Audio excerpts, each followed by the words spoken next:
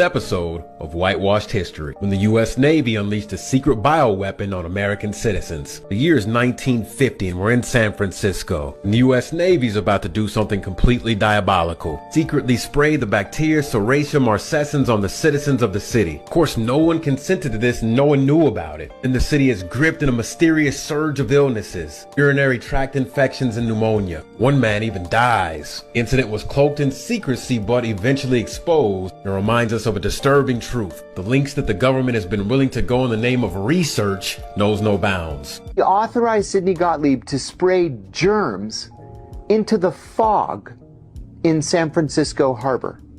The point was to try to infect 800,000 people in San Francisco with this germ just to see how many would get sick.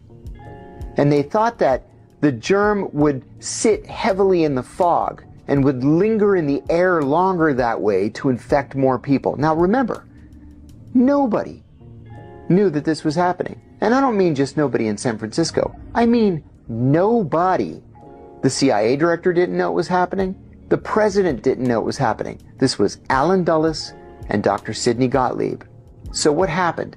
They spray this poison into the air, and 11 people got identical urinary tract infections within the next 3 days. Now, we know that these were specific to the germ because these urinary tract infections included bleeding, but with blood that had crystals in it.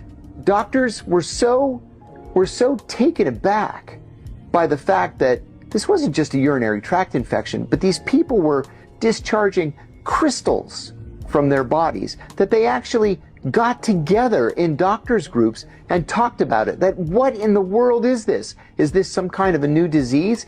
And then like magic, it just went away. And it went away because it was just a CIA experiment. In 1951, Allen Dulles becomes the director of the CIA, just like he planned to.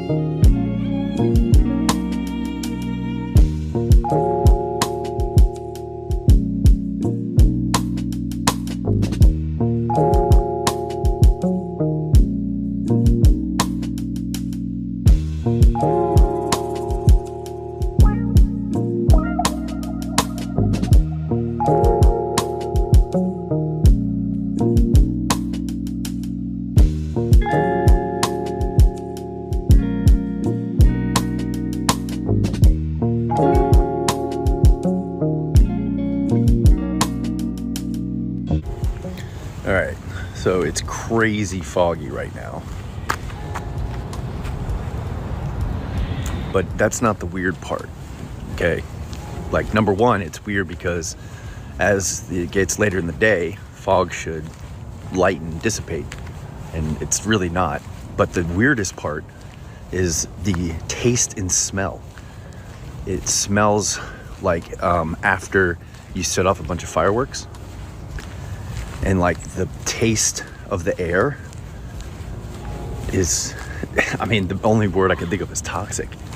It's super weird. And so I'm going for my walk and it's kind of worrying me a little bit.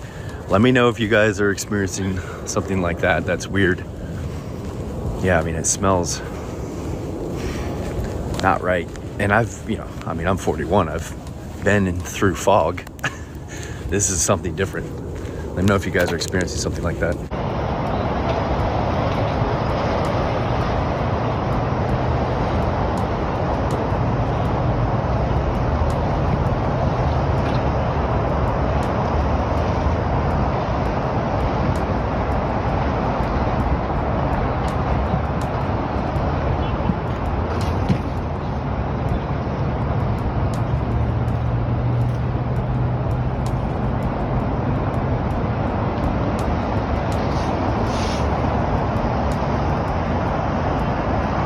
Yep, these are real signs that are marking a dangerous turn for our planet, as the fog might have just turned into a deadly bioweapon that has now completely spread through our planet. People were terrified after reports of an eerie, thick fog completely blanketing almost every continent on our planet, with reports of the fog not just staying there for over 5 days, but allegedly burning people's noses, throats, and eyes.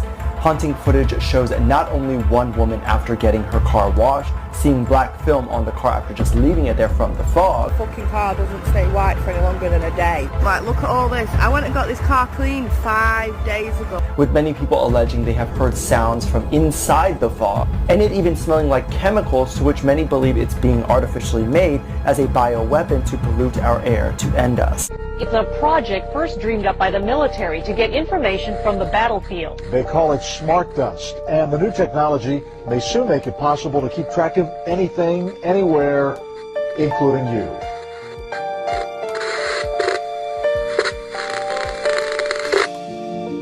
Smart dust originated with DARPA back in the 90s. This powder-sized chip is something called the Mu chip from Hitachi. It's the smallest commercially available RFID system in the world. You can literally scatter this stuff like dust or embed it into a sheet of paper. It doesn't require a battery. Flecks of computing power settling on your skin, ingested, monitoring you inside and out. The nanoparticles are designed to go under the radar of the immune system, and so they are undetected in the body. We have computing everywhere, we have connectivity everywhere, we have infrastructure that can compute those with new capabilities like AI. If you have enough data and you have enough computing power, you can understand people better than they understand themselves, and then you can manipulate them in ways which were previously impossible. Transhumanism is a growing movement that aims to use technology to modify our bodies, sometimes in radical ways to make them stronger, faster, and better.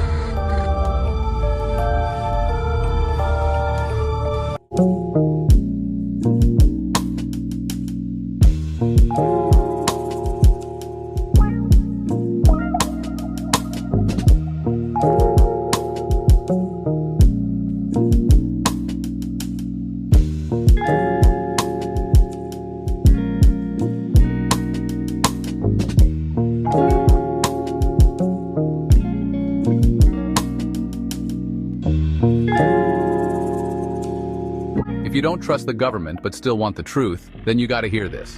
In the 1950s, the US military launched a secret operation right here in San Francisco, Operation Sea Spray. Never heard of it? That's the point. Picture this, a ship off the coast, releasing a cloud of bacteria into the foggy San Francisco air. No warnings, no consent. Thousands of unsuspecting citizens exposed to Serratia marcescens, a bacteria used to simulate a biological attack. The result? Mysterious illnesses, unexplained hospitalizations, yet the truth stayed under wraps for decades. Why did they do it? To test the city's vulnerability to bioterrorism. But at what cost? Public trust shattered, secret experiments on American soil. Operation Sea Spray wasn't just a one-time deal. It was part of a series of covert tests across the country. Ever heard of the St. Louis aerosol tests? Yeah, it's all connected. So next time you hear about government transparency, remember Operation Sea Spray. Because sometimes truth is stranger than fiction. Stay curious, stay skeptical, and always look beneath the surface.